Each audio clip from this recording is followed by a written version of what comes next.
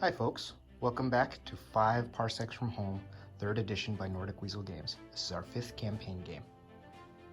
When last we left our intrepid adventurers, the team just got back together. Vector, in his off time, while he was suffering for some depression, he trained and he leveled up his speed, so he's now speed 5. Ajax, he went to find a patron, and he found 2 patrons. One sector government patron that they chose not to take because, once again, their wealthy individual patron, Balun Altair, has another job for them, so it will be connected to the last one. Ember, Tavros, went to explore, and she ended up finding an info broker where we were allowed to buy rumors for 2 cred each, so we spent the last of our money after buying the ship parts on those on those rumors.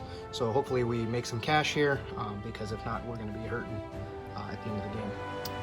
Lynn Scott, she went trading. She ended up finding some starship repair parts that count as D6 credits for the purpose of repairing hull point damage. Once again, I get really lucky for the ship. I rolled another 6, so it counts as 6 credits towards repairing hull point damage. And I'm going to have to check on that to make sure that I actually get to roll now, which I have written down, or if I have to roll it then, but I'm fine with that roll. Odessa Locke, she's going to be a decoy this turn, so we added a +1 to the rival roll, not to be tracked. So that means if the rival were to find us, when we checked for rival, we get to add a +1 to the roll. And since there's only a rival on a 1, I ended up actually rolling a 1. Which is funny because I thought, I was like, oh yeah, let me try it out, see if it works, and just to see how it worked in the game, and it ended up mattering because I wouldn't be able to do this time-sensitive patron job for a lot of pay because the rivals would attract me down to fight me again. Bria, she is repairing. She spent her time, so she has depression now, so she's not going to be part of this battle. She's going to spend her time repairing the infantry laser that was broken earlier on, and she actually made the roll. I was glad she had the 2 savvy because it just barely made it, or else I would have ended up losing that infantry laser as well. So for this patron job, once again we're face down with criminal elements. Rolled a little bit of a different one this time. The job itself has the objective is to move through, so they have to get from the bad side of town to the more technical side of town. Now they just got to get all the way to the end, to the landing pad, so they can get on their ship and get out of here.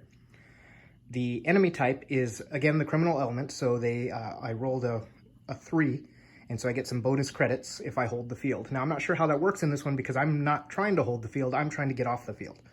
So I might not give myself those credits unless I take out the whole gang before I get across, which is a possibility. Once again, career criminals tend to get even, so if I roll a 2d6 on a 1 on either die indicates they become a rival. So this hulking gang might become a rival too. Luckily, there's only 4 of them. This is a highly criminal planet, along with being a vendetta planet. So the other piece is I add a 1 to the amount of enemies that I will be fighting. I rolled up 3 enemies. Since I'm doing a hard campaign, I would re-roll 1s and 2s, and then I roll 2 dice and pick the highest. I ended up rolling double 3s, and then I get 1 more. So that means I'll be fighting 1 leader, 1 specialist, and 2 regulars. These hulking gang, the conditions of the match are bitter struggle, so they get +1. The other piece of this is that the conditions, other than the conditions being a bitter struggle, they're also veterans because that was the hazard I rolled on this high pay. So what that means is this hulking gang cannot run away. And they have an aggressive AI. They have a +1 combat, speed 4, and toughness 5. So this is a tough gang. Maybe they heard about us, they heard we're on planet, and they want to get even with us for something. There is 1 item, which is a peculiar item worth 2 XP, a notable item on the board. And we're going to go ahead and roll, see where that is. It's 6 + 2 in that direction. So it's 4 inches in that direction. So we're going to say, I'm just going to put this dice. Here's the center, 4 inches. So it's on the other side of this building here. And I will change that notable direction or notable item in a moment. So let's see what else. Armament, they have scrap pistols. They also have blades. Because they have the +1, they get automatic blades since they're aggressive. And then the specialist has a power claw, which is going to be cool. So I'm going to show you those models. Now for this mission, again, we have, we're going to use him as the leader again. Actually, I'm going to use him as the leader. He looks very leader-like. He looks like a regular schmo. And he also, the sumo there. And then this guy is going to be the specialist. You know what? I want the specialist to be the sumo. So sumo has the power claw. He's strong. He does a lot of damage. And so these models I have are from Human Interface and Nakamura Tower, or Be a Better Human, the plastic Kickstarter. And then this is a core space model. And I'm going to start telling you where I got the models because I have enough people asking me. Also for the miniatures that we have here, Vector Moreno here is a Human Interface model. So is Ember Tavros. Odessa Locke here is from Zombicide Invader. So is Lynn Scott. This is one of the gangs, the add-on gangs you can get. And then this model, this is actually a conversion. Ajax is a conversion. I think he's from Deep Mad. There was a Kickstarter game that I don't own, but I saw the model and I bought it out on eBay. And then I wanted the blast rifle, so I cut that off of a model and I put it on there. So that's the crew and the enemies they will be fighting. Now, because they're criminal element, actually these human-derived brutes possess massive upper body strength, right? So these guys get +1 to brawling rolls when initiating the combat, so they're going to be coming after me. And then, as one of our loyal viewers had pointed out before, that this is the ability that they got. If they get hit by a shot and surviving, immediately move 1 inch towards the shooter. Now, we have some commentary going back and forth about this. When you get hit, you're supposed to move back 1 inch. It isn't very clear to me whether they're supposed to, these guys move back, so it's like doesn't count that 1 inch. I'm going to go ahead and say for these guys, they just go 1 inch forward, and I think that's more appropriate for the mission, because this mission is move through. I win if at least 2 crew members move off the opposing battlefield edge. If you drive off all enemies, you win as long as you have at least 2 crew members remaining. So aggressive enemies are set up right here, right next to this turbine. So I got the leader here, I got the regular Joe Schmo, the other Joe Schmo, and then right here on the street is the sumo. So he's the one with the power claw. And the notable item is actually just this pile of trash right here. I'm just going to say that it's in that trash and someone's got to rifle through it to get it. So if you want your 2 experience points, you got to get through that gang and get into the pile of trash. Okay, so this looks like our setup. I have Lynn Scott and Odessa Locke flanking up this side on the right. In the middle here, I have Vector and Ember Tavros. And way up at the top there, I don't think you can see him yet. No, you can't see him yet. All right, and here you can see Ajax Ramirez. He's kind of going to look like he's going to want to hit up that building and maybe get some covering fire for his teammates. So, so Lynn Scott and Odessa over there can run up that corner, run up that lane, and these guys are going to try to fight in the middle. That may be deadly to leave them, so they might all kind of converge in the same spot. Try to catch these guys in a crossfire or something. We'll see how it plays out. I guess I should apologize ahead of time for how dark this is. I tried to make a little bit of a Night City cyberpunk feel. If anybody's wondering, those are tea lights you can get on Amazon. They're not too expensive, and this is all my old Infinity terrain, so I'm excited to be able to get it out and use it again. Okay, to start the game, I'm going to go ahead and roll the reaction dice. So I got ones, a couple ones, and some twos. So I'm going to, let's see, we want to put somebody in the open for them to come out too. This one doesn't matter as much, but we do want to get Vector and her into a better position, and that's where we're going to go. Okay, on turn 1, Ajax here is gonna move 4 to there and 2 to there. He's pretty sure he's not going to be one of the ones to get all the way across the board, so he's not even going to bother trying. He's just going to get a good firing position. Now, Ajax here just popped a combat serum in his free action just now, so pops the serum, and now he has a movement of 7. So he is going to move. Oh, that's odd. He's actually going to be able to get to here, pop around the corner there, and he actually has a shot there. So he has a shot at the back of a Joe Schmo there, and he's going to take his shot. Now he has a 5 range. Oh, actually, let's see the range of that. So about 9 inches. A beam pistol has a 10-inch range, so it's a 1-1. So it's got 1 shot, does 1 damage, so he needs a 4, 5, or 6. He's going to hit him with a 6. Does an extra damage, so he needs a 4, 5, or 6 again. And that is going to be another 6, so 2 6s there. So he's going to take that first Hulker out. So Vector's going to get those first experience points, getting rid of this guy. Well, that's a good start for the team. And to follow up with that Ember, I should have popped that before, and then someone else could have went. She's going to move up 4, 5, and she does have a shot, but I don't think she has range. So she has a machine pistol, which has a range of 8. So she is certainly not going to have range, but she is going to have it soon when she gets it. So she's going to be smart, and she's going to move her extra 2 in.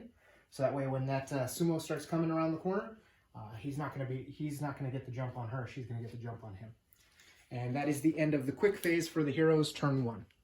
Okay, and once again, aggressive enemies with opponents in sight will advance at least half move towards them, so they will go towards somebody that they see, attempting to remain in cover if possible. Enemies that are unable to see any opposition or within 12 will advance as fast as possible towards the nearest opponent, trying to enter a brawl. They will not enter a brawl with an opponent that has a higher combat skill, so that's going to be tough because only the leader is going to want to fight Vector. You know, that makes sense, leader to leader, right? Heavy weapon figures will not move if they have a line of sight to the target, but they have no heavy weapons, so we can ignore that. Okay, interestingly enough, the leader there has line of sight right to Vector. So he's going to go forwards. And his movement is, once again, movement 4. And he has a combat of 2. So he's going to move. He sees you, and he's within 12. So he's going full bore. He's not even trying to stay in cover. So he goes his full 4 inches, which is really not a lot. But then he is with just outside of 6 inches for the shot. So he has a 5 or 6. He still needs a 5 or 6 plus 2 for his combat. He has a combat of 3, 4, 5, or 6.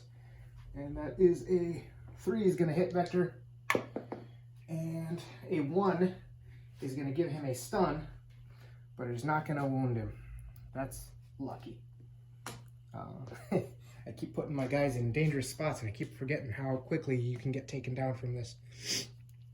Okay. These two are within 12, and not of those. So Sumo is going to go directly his 4 inches move, and I think the rule is they don't dash at all. I'm not sure I like that for these guys for right now. I mean, I think they should be able to dash. And this guy is going, oh, he actually can go. I'm going to have to adjust the table here slightly. He actually can go right through the building. So he is going to go 1, 2, 3, 4. He's in there. Oh, wait, there's not a way out of there for him. You know what? He doesn't care. He's going in anyways. There's not. So he went in the only door.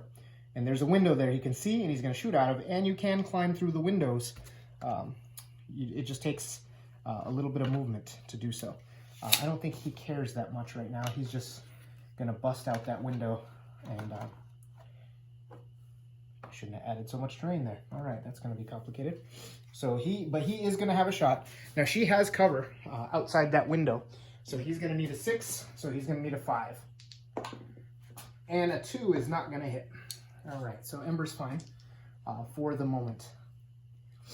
There's 1, 2, and who are we missing? No, that's all 3 of them. Okay, so that's the end of their turn. Now Lynn Scott and Odessa Locke are going to get their chance to move and play. they're right here. So Lynn is going to go, she has a 5 movement. Actually, it doesn't make sense. She can't get a shot off, so she's going to go to there. And then she's going to go 2 more to this corner here, where she can hug it and just keep an eye. If the sumo comes around, she might get a shot in the back. I'm sorry, that's Odessa lock. We'll do the same thing, but we'll put Lynn Scott there. Sorry, that's not who I want to do that. So Lynn Scott moves 5, and then 2, so right up to here. Odessa is going to move her full 7 to here. There might be a shot through that window. It really does not look, actually there is. Okay, so she has a shot right through the window with her shotgun. It's double window shot. He definitely gets a 6. But she has 2 dice, so she gets a chance on 6s to shoot through 2 windows to hit that sumo on the side. Let's see what happens. And there's that 6. Beautiful. Okay, so now a shotgun is, where's the shotgun? So it's 2 shots. So here's a better view. She's going to get 2 shots right here through this window. You can actually see the sumo right here. And then over here is Ember Tavros, so you guys get a better view of that. So let's see what her 2 shots do. He has it's +1. He has a toughness 5.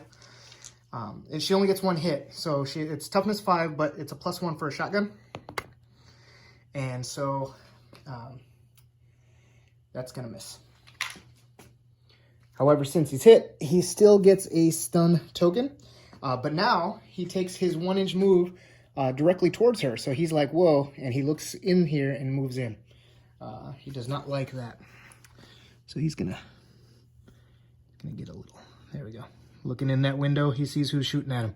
That's fun. Okay, so it is now turn 2. We're gonna go for the reaction phase. All right, I got 1, a 2. So there's only 1 person who actually can use that too. So I did it wrong before. Odessa Locke can use that too, which is fine. And then the 1 can be used by anybody, and then Vector can use the 4. So Vector's going to go here. I'm going to give the 1 to her. Okay. So that is them. He's not going to be able to get a shot off. And so that means she will have to go at the end and hope everything works out. Okay, so first things first, I think I'm going to take that shotgun shot again. She could aim, or she could go 2 into the building and then 2 more to here. So that way now she's at the cover. I'll just have to do this again.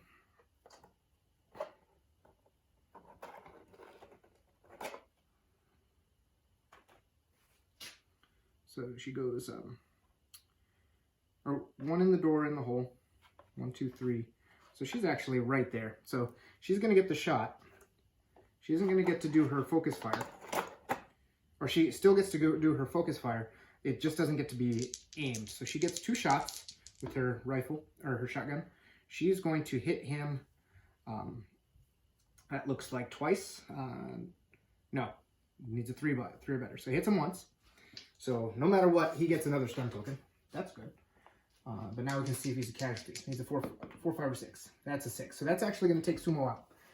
And that is game changing, because now these 2 are the only ones we have to deal with. It does not look like we're going to cross the board all the way without just taking the field. So, first things first, you know, I know that guy wants to charge Vector, but Vector is going to go dash into combat with him. He has a 7 movement with his combat serum, and that just makes sense. So Vector is here, and he's going to get into combat. So now we do a brawl. Each character rolls a d6, and you add a 2 for melee weapon, and then you're so it's it's an even brawl. So we, wow, this is actually really tough, a tough one. Let's see what Vector's weapon does. So Vector's weapon is a glare sword, so it's melee, elegant, and pierce. So elegant means I can reroll the brawling die. And then piercing ignores saving throws. They don't have saving throws, so that's okay. So it's just, so it's a straight roll, but Vector gets a reroll. And Vector doesn't need a reroll because he hits the guy. It's a straight roll, and he hits. Now he's going to roll damage. Now this is piercing, so there's no armor save. And his strength, it's a +1. Yeah, so I need a 4, 5, or 6 on this. And that's not going to do it. So he's going to get 1 stun. Now,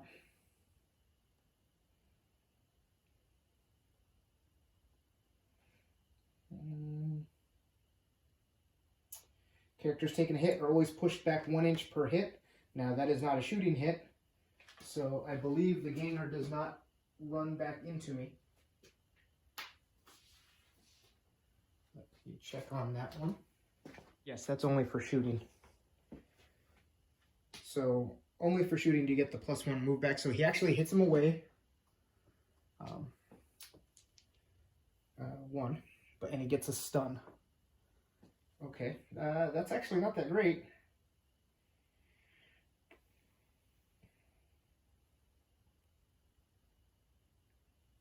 If the lone fighter wins, they get a bonus 2-inch move, but do not get to enter combat again.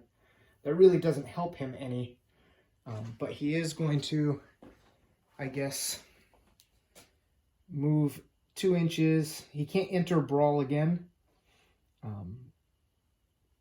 and he can't, let's see.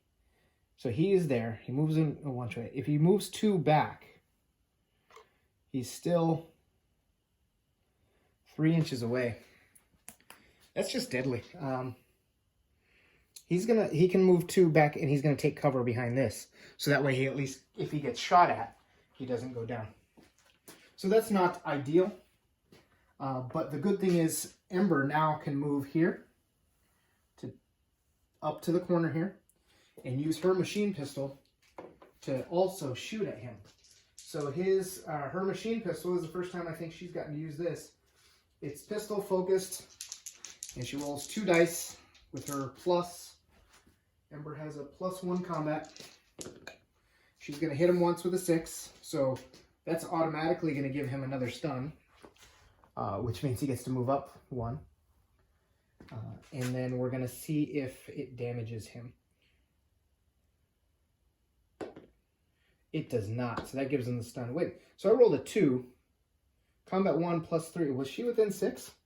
You know, she was in 6, so that is actually going to be a hit also, because she rolled a 2. She has a +1 combat. He's not in cover, so she only needed a 3. So I almost got that one wrong, but I didn't. That'll be the 3rd stun, and that means he actually gets taken out. So not ideal. Vector kind of whiffed it on combat, but brawling is risky. It's not easy. So now we have 2 casualties. Dang it, I forgot to do the casualty for runaway. Oh, no, it doesn't matter because they don't run away. They're veterans, and they it's a determined fight based on the hazard. So even though I forgot panic, it didn't need to happen, so that's good. So those guys are done. And so now it turns out there's only their turn left, because she did her shotgun shot. Those 3 went, took out 2 of the opponents, which is really, really hard to do, I thought. It didn't seem as hard as I thought it would. So now this enemy gets to go, and he can see Vector through the window. So he's gonna come crashing out the building. Rar. 1, 2, 3, and that's 4. So yeah, I can eyeball it, and I know he made that. Okay, so he comes flying out the building. He's going to get the +1 combat because he charged and he initiated combat. So he And he does not have the Power Claw. I was going to give him the Power Claw, but he doesn't have it. So he has a +1 for the... no, he has +2 for the melee weapon. +1 combat, +1 for charging, because he's a hulking gainer. So he has a +4. Vector also has a +4 because he has the elegant weapon, and then he also has a +2 combat. So it's an even roll again. Okay, Vector's going to win with a 5. He does not need to re-roll with the elegant, and he's going to roll to wound him. And that is a 6, as you can see, folks. And that is what they say is the ball game. So, I mean, 2 turns. Didn't go very long. But, yeah, thanks for sticking with me for this. That was quick, but I enjoyed it. So I'm going to see who picks up who rifles through the trash to get the experience. I know Vector got the first experience points for winning, or for doing the first kill. I think, I don't know who earned it that time. I'm going to go ahead and give it to Ember Tavros for, let her go get it. She's closest and Vector doesn't need to do it. You know, it's not in her character to do it. I could see Vector doing it, but he would want to... I'm going to have to look at it. When I do my experience points, I'm going to see who went and got it. So that is the end of the match here, and now we'll go into post-game sequence. Okay, a quick rundown of the post-battle sequence, trying to shorten this up again, so I just went ahead and rolled everything up already. So first step is check for rivals. I did not get a rival. I get to keep my persistent patron, so Balun Altair. I swear he's a bad guy somehow, but he keeps giving us jobs and he keeps paying us very well. There's no, I'm not on a quest. Well, I'm on a quest, but this, I chose not to do the quests because when I bought those rumors from Ember's, finding them while exploring, I'm on a quest now. But this was a lucrative deal that Balun went with, and my team was like, well, let's handle Balun's need first, and then we'll go after the quest next time. Next mission, hopefully. Then you do get paid, and I rolled very well. I rolled a 6, so I got 11 total credits. And then there was a battlefield find that was 2 credits from the debris that I could sold for scrap. So I got a total of 13 credits added to the +1 credit. The 1 credit I had, I did have 1 credit left over. Then there was no invasion. I rolled for invasion, no invasion. Loot. There was I found a personal item. I got a reward. And so that gave me 3 story points, and I need to get better at using those. Let's see. Next step was there's no injuries, so I don't have to roll there. That's good. That's, I think, the first time that's happened for us, so it was a very successful mission. And then Ember leveled up. She gains 2 combat, so she has +1 to combat. She gained 7. She has a total of 7 XP, and used it for combat to get up to 2 combat. So she, Ajax, and Vector all have 2 combat now, so they're pretty, you know, the ex-gangers, they're pretty tough still. Lynn Scott's joining them. She leveled up and she got +1 combat. And then Odessa Locke only got 6 experience, but I kind of have a rule that once I hit the experience, I just go ahead and level them. I don't like save up a little. And this time I got only up to 6 with her, but she can buy a toughness, so she bought a toughness. I spent 6 of my credits to do the next piece, which is to purchase items, and I found a beam light, which I put on Ajax's... well, I can't put it on Ajax's gun because he has the blade on his needle rifle. So I'm gonna have to put that on. You know, I'm putting it on Ember Tavros's machine pistol. That's kind of cool. She's one of the up close fighters anyway, so just I could see that happening.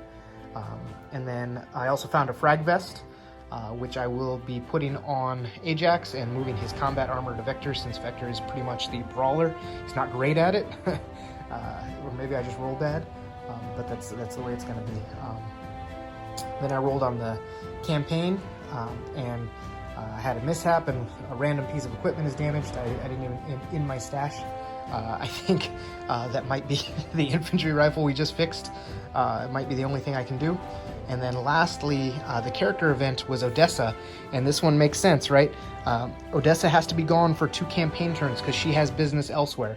Balun, remember, she works for Balun, and she's off for 2 campaign turns now.